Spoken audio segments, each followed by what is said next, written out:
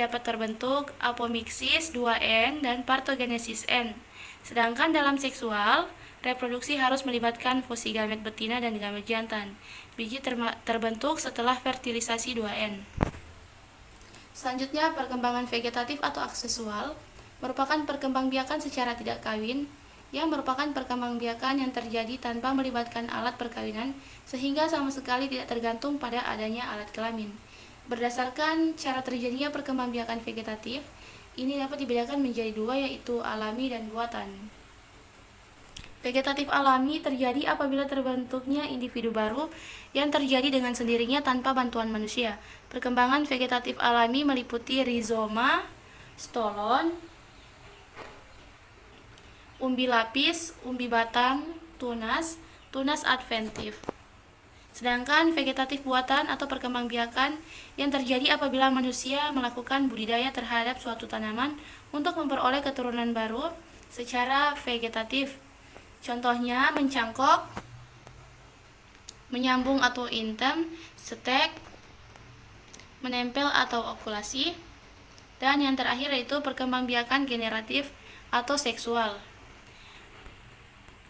Reproduksi generatif seksual merupakan cara reproduksi yang melibatkan proses peleburan gamet jantan dan gamet betina. Proses peleburan dua gamet induk ini biasa disebut dengan pembuahan. Perkembangbiakan secara generatif pada tumbuhan berbiji tertutup ditandai dengan munculnya bunga. Dalam bunga inilah terdapat putik dan benang sari yang menjadi alat reproduksi bagi tumbuhan. Bentuk dan susunan bunga yang sangat beraneka ragam, akan tetapi ada beberapa bagian bunga yang memiliki semua bunga. Selanjutnya, alat reproduksi tumbuhan. Perhiasan bunga terdiri atas kelopak sepal dan mahkota bunga atau petal. Kelopak bunga merupakan bagian dari bunga yang letaknya di dekat dasar bunga dan menyambung dengan tangkai bunga. Kelopak bunga ini biasanya menyelimuti bunga saat bunga masih dalam keadaan kuncup, dan biasanya setelah mekar dalam waktu tertentu akan gugur dengan sendirinya. Berikut saya sertakan gambar struktur bunga Kamboja. Dasar bunga atau residues merupakan bagian ujung tangkai bunga yang membesar dan menjadi tempat meletaknya mahkota bunga. Sedangkan tangkai bunga merupakan bagian yang menghubungkan bunga dengan batangnya. Benang sari adalah alat kelamin jantan bagi tumbuhan yang terdiri dari tangkai sari atau filamen dan kelapa sari anter, dan dalam kelapa sari inilah terdapat butir-butir serbuk sari.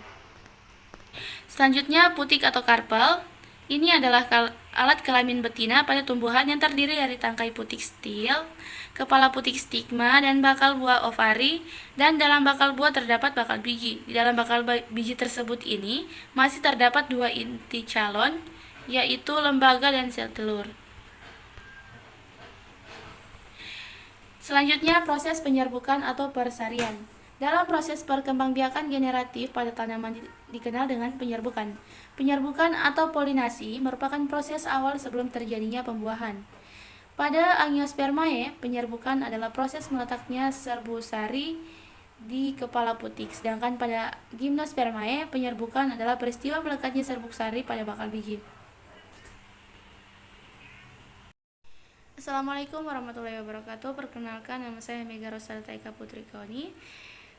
Saya anggota kelompok 1 akan membawakan PPT dengan judul Morfogenesis tumbuhan. Yang pertama, apa itu morfogenesis? Morfogenesis merupakan proses hidup yang menyangkut interaksi tumbuhan dan diferensiasi oleh beberapa sel yang memacu terbentuknya organ. Misalnya pembentukan daun, buah, batang, bunga, dan akar. Cara mengetahui semua sel suatu organisme memiliki gen yang sama, yaitu yang pertama, peristiwa penggandaan pemisahan kromosom dalam proses mitosis jelas menunjukkan hal itu. Yang kedua, banyak sel tumbuhan bersifat totipoten, yang artinya sel bukan embrionik memiliki kemampuan untuk berdiferensiasi menjadi sel embrionik, kemudian berkembang menjadi tumbuhan baru yang lengkap. Pengertian pertumbuhan dan perkembangan merupakan proses pertambahan volume dan jumlah sel yang mengakibatkan bertambah besarnya ukuran organisme. Pertambahan jumlah sel terjadi karena adanya pembelahan mitosis. Pertumbuhan bersifat irreversibel atau tidak dapat kembali lagi ke bentuk semula. Seiring dengan berlangsungnya proses pertumbuhan di dalam tubuh organisme, terjadi proses pertambahan jenis sel atau disebut dengan perkembangan melalui proses diferensiasi. Sedangkan perkembangan dapat dinyatakan melalui berbagai cara, melalui dari bagian tertentu suatu tanaman sampai jumlah total perkembangan tanaman, dan dinyatakan dalam batasan bahan kering, tinggi, dan diameter bagian tubuh tanaman atau total tubuh tanaman. Banyak faktor yang mempengaruhi pertumbuhan, diantaranya adalah faktor genetik atau internal dan faktor eksternal yang terdiri dari cahaya, kelembapan, suhu, air, dan hormon. Pertambahan volume atau ukuran sering ditentukan dengan cara mengukur perbesaran ke satu arah atau dua arah, seperti panjang misalnya tinggi batang, atau luas misalnya diameter batang, atau luas misalnya luas daun. Pengukuran volume misalnya dengan cara pemindahan air bersifat tidak merusak, sehingga tumbuhan yang sama dapat diukur berulang-ulang pada waktu yang berbeda. Macam-macam pertumbuhan. Yang pertama, pertumbuhan primer. Pada akhir perkecambahan, tumbuhan membentuk akar, batang, dan daun. Pada ujung batang dan daun terdapat sel-sel meristem yang dapat berdiferensiasi menjadi sel-sel yang memiliki struktur dan fungsi khusus. Sedangkan pertumbuhan sekunder merupakan macam pertumbuhan yang kedua. Jaringan permanen sebagai hasil diferensiasi pada ujung batang dan ujung akar dikotil terdiri dari jaringan epidermis, protofloem, protoxilem, dan jaringan kambium yang masih tetap bersifat meristematis. Selanjutnya, kurva pertumbuhan. Kurva pertumbuhan berbentuk S atau sigmoid yang ideal yang dihasilkan oleh banyak tumbuhan setahun dan beberapa bagian tertentu dari tumbuhan setahun maupun bertahun. Pada fase logaritmik, ukuran V bertambah secara eksponensial sejalan dengan waktu T. Ini berarti laju kurva pertumbuhan di V per dt lambat pada awalnya, tetapi kemudian meningkat terus. Laju berbanding lurus dengan organisme, semakin besar organisme maka semakin cepat ia tumbuh. Berikut adalah contoh kurva pertumbuhan. Selanjutnya, hormon-hormon yang mempengaruhi pertumbuhan. Fungsi hormon tumbuhan adalah mempengaruhi pertumbuhan panjang batang, pertumbuhan, diferensiasi, dan percambangan akar. Mempengaruhi akar, mempengaruhi pertumbuhan dan diferensiasi akar. Hormon-hormon yang mempengaruhi pertumbuhan, yang pertama adalah hormon auksin. Dalam pertumbuhan tanaman adalah pengatur pembesaran sel dan memicu pemanjangan sel di daerah belakang ujung meristem. Yang kedua yaitu hormon giberelin, yang merupakan hormon tumbuh pada tanaman yang bersifat sintesis dan berperan mempercepat perkecambahan. Yang ketiga yaitu hormon sitokinin. Hormon ini merupakan hormon tumbuhan dan zat pengatur tubuh yang mendorong terjadinya pembelahan sel atau sitokinesis di jaringan meristematik. Yang keempat yaitu hormon etilen. Hormon ini akan berperan dalam proses pematangan buah dalam fase klimakterik. Assalamualaikum warahmatullahi wabarakatuh. Perkenalkan, nama saya Mega Rosalita Eka Putri Koni. Perwakilan kelompok 1 akan membawakan PPT dengan judul Embryogenesis. Embriologi tumbuhan adalah ilmu yang mempelajari perkembangan sporangia, gametofit, dan embrio pada tumbuhan darat, yaitu embryofit. Di antara tanaman berbiji spermatofit, studi embriologi mencakup perkembangan mikrosporangia dalam kepala sari di Angiospermae, mikrospora, butir serbuk sari, bakal biji, megaspora, gametofit betina, dan biji. Dalam Angiospermae, karakter embriologis yang penting yang sering diperlakukan sebagai karakter morfologi standar adalah jumlah mikrosporangia per kepala sari. Setiap pasangan mikrosporangia disebut TK. Sebagian besar spesies Angiospermae memiliki kepala sari yang terdiri dari 2 TK, disebut bitekal atau tetrasporangiate, dan memiliki jenis antara turunan dengan hanya 1 TK yang disebut monotekal atau bisporangiat. Selanjutnya yaitu pengembangan dinding anter. Penampangan antera menunjukkan pembelahan antara mikrosporangium internal, sel-sel yang mengalami meiosis, dan dinding antera luar. Pada awal perkembangan antera mengandung 2 lapisan sel epidermis luar dan lapisan dalam sel parietal primer. Karakter embriologis lainnya menyangkut perkembangan tapetum dengan 2 tipe dasar yang ditentukan. Pada beberapa Angiospermae, tapetum tetap utuh tanpa kerusakan dinding sel. Jenis tapetal ini disebut sekretory. Perkembangan 10. Perkembangan mikrospora dari mikrosporosit disebut mikrosporagenesis. Ada dua tipe dasar mikrosporagenesis yang ditentukan oleh waktu sitokinesis, yaitu pembentukan membran plasma dan dinding sel yang membagi satu sel menjadi dua. Perkembangan serbuk sari gametofit jantan dari mikrospora disebut mikrogametosis.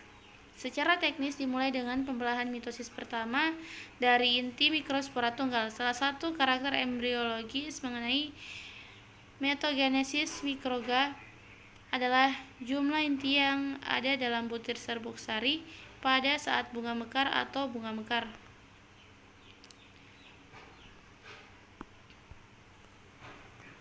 Selanjutnya, perkembangan ovulel. Perkembangan bakal biji memberikan sejumlah karakter embriologis penting yang digunakan dalam studi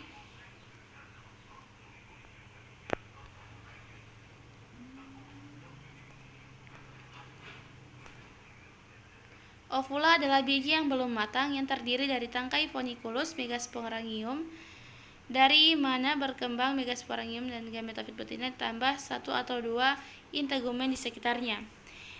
2. Jenis nukleus. Jenis nukleus atau megasporangium ditentukan berdasarkan jumlah lapisan sel yang menyusunnya dan turunan dari sel-sel tersebut. Ovul yang belum matang mengandung satu sel besar yang dikenal sebagai sel archesporial. Dalam beberapa taksa, sel archesporial mengalami suatu pembelahan periklinal yang menghasilkan pembentukan sel parietal luar dan megasporosit. Megasporogenesis mengacu pada perkembangan megaspora dari megasporofit. Sel yang mengalami meiosis. Meiosis inti megasporofit menghasilkan pembentukan 4 inti megaspora haploid pada pembagian besar taksa meiosis yang diikuti oleh sitokinesis yang menghasilkan 4 sel megaspora. Megametogenesis adalah perkembangan gametofit betina dari produk haploid meiosis. Jenis megagametogenesis tertentu adalah fungsi pembelahan mitosis, pembentukan sel baru, dan peleburan inti atau sel yang ada. Jenis integumen. Ovul Angiospermae memiliki satu atau dua integumen. Jika dua kondisi leluhur untuk Angiospermae ovula disebut bitegemik. Jika satu ovula adalah unitegimik. Ovul unitegmik telah berevolusi dalam beberapa kelompok Angiospermae yang berbeda dan termasuk sebagian besar Asteridae. Sangat jarang bakal biji mungkin tidak memiliki integumen apapun. Kondisi ini disebut aegmik. Jenis mikropil. Dalam ovul Angiospermae bitegmik yang khas, mikropil biasanya dibentuk atau dibatasi oleh kedua integumen. Ini disebut jenis mikropil amfistomal. Jika mikropil hanya dibatasi oleh integumen bagian dalam, bagian luar diperpendek, itu disebut endostomal. Jika hanya dengan integumen luar, bagian dalam diperpendek, disebut eksostomal. Tipe ovule. Ovul yang pertama adalah ovul anatrop, yang adalah salah satu di mana kelangsungan selama perkembangan mengakibatkan perpindahan mikropil ke posisi yang berdekatan dengan dasar funiculus. Posisi ovulel. Posisi ovula mengacu pada penempatan mikropil dan rapel relatif terhadap ujung distal atau apex, ujung proksimal basis atau sisi sumbu bunga.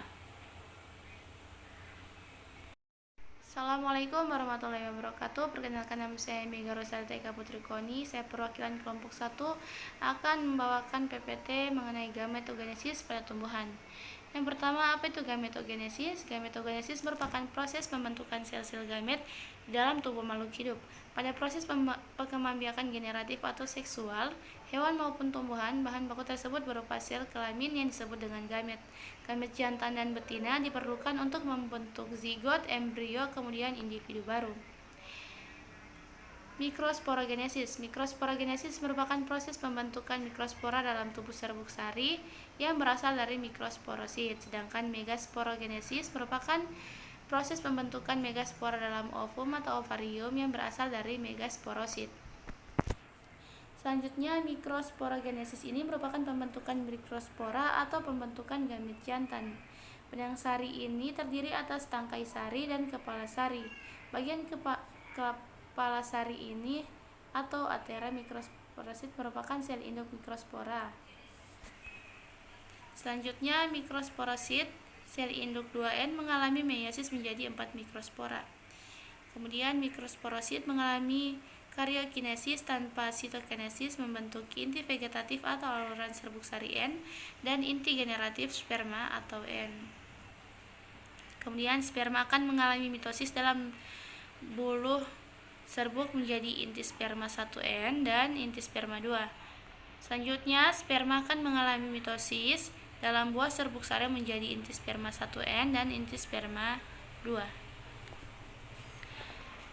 Megasporogenesis adalah sebuah proses reproduksi secara seksual pada tumbuhan Angiospermae dan Gymnospermae yang membentuk megaspora. Proses ini akan melibatkan sebuah proses pembelahan sel reduksional meiosis yang menyebabkan ovarium dan sel-sel induk tanaman membentuk kantung embrionik atau bisa juga disebut dengan gametofit betina.